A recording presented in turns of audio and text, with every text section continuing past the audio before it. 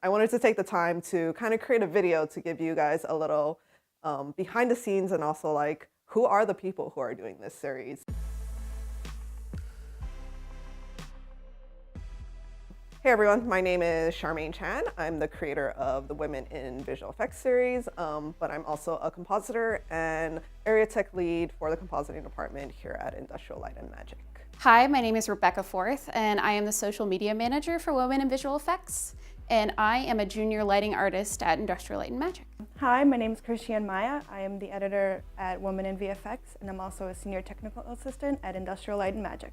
Hi, my name is Payne, and I am the cinematographer and colorist for Women in Visual Effects, and I'm also a color and imaging scientist at Industrial Light and Magic.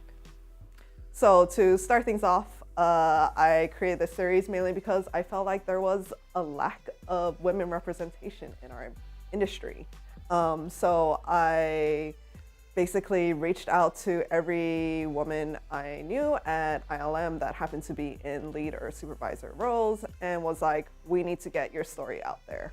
When Charmaine pitched the idea of this project, it was something that I was immediately on board with. As entering the industry, it was really obvious to me that there are a lot of amazing, talented women in our field that just don't have a voice, and they're not recognized, and they're not given the opportunities in such a male-dominated field that they probably should be. And I really saw this series as a way to expose those stories and give them a face to all the amazing work that they do. What I'd ultimately love to see come out of this project is more outreach and just communication between women who are entering the field and women who are in the field and women who may be leaving it, and just creating that kind of longevity of teaching and knowledge and learning, and making sure that the chain isn't broken and that we ultimately have created a stronger network because of these videos and stories coming out.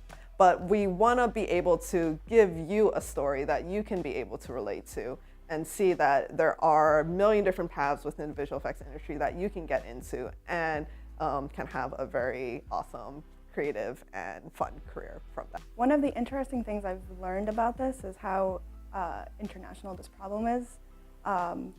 We hear about these women in London, in Vancouver, and in Singapore, and it's heartbreaking to hear that this problem is happening everywhere. But it's nice to know that we're getting together and we're forming a community, and that we're trying to solve this issue so it doesn't happen again in the future. I'm not sure a lot of people are aware of just the depth at which this kind of implicit bias is in all of our industries, and I really think that it's made me very aware. I think right now as women, it's kind of an opportune time with the Me Too and Time's Up movement to start being more vocal about difficult issues we experience. But as a woman myself, what I've kind of seen as being difficult problems in our industry is just being talked down to, disregarded, being kind of perceived as pessimistic when you aren't talking like a man would. I would like to see that attitude change. So this past year, we've been doing individual interviews with many different people around the world. You've heard their stories, but our next step is to create a sense of community with all the women that we've been collaborating with. We have been joining forces with organizations like Animated Women UK, Women in Animation, Spark CG, and they've all been super supportive and behind the idea that we need to include more diversity in our industry. But we are more than just a video series. We want to connect and reach out to anyone out there. So if you are a school, a university, an organization, a company who wants to be a part of this so that we can build this sense of community, let us know, reach out to us. We are here to make it the biggest network we can of women in visual effects.